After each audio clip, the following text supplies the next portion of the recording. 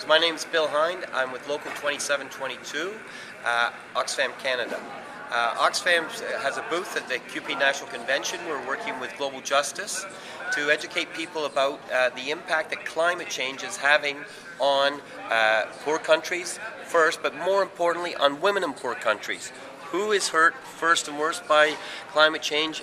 Oxfam is pointing out that it's women, the women who collect the water, who collect the firewood, who actually are trying to feed their families.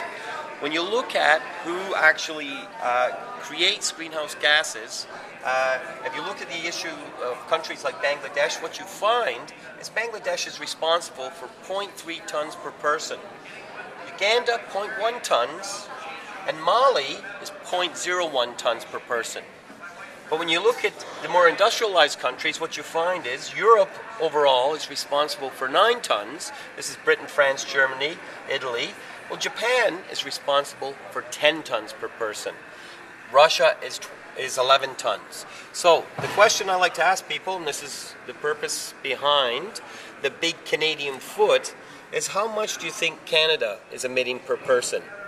And of course, people are surprised when they look at it, and I point out to them that we're at 20 tons, which is double Japan, almost double Russia, and so clearly Canada is a major emitter. We've been saying the biggest problem we have here in Canada, we're not even discussing this issue.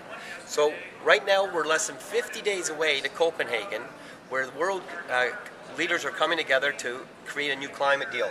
We have a petition, we have over 25,000 signatures, we're encouraging people to sign on. And what it's basically saying is we need a fair and just deal. And Canada has to do 2 things. One is stop harming and make a decision to reduce greenhouse gases. And secondly, Canada has to commit to a climate adaptation fund which will help women living in poor communities adapt to climate change. So we're hoping people, we're getting lots of signatures here at the convention, but if people view this, I'd encourage you to go to oxfam.ca and sign our Women's Rights and Climate Change petition.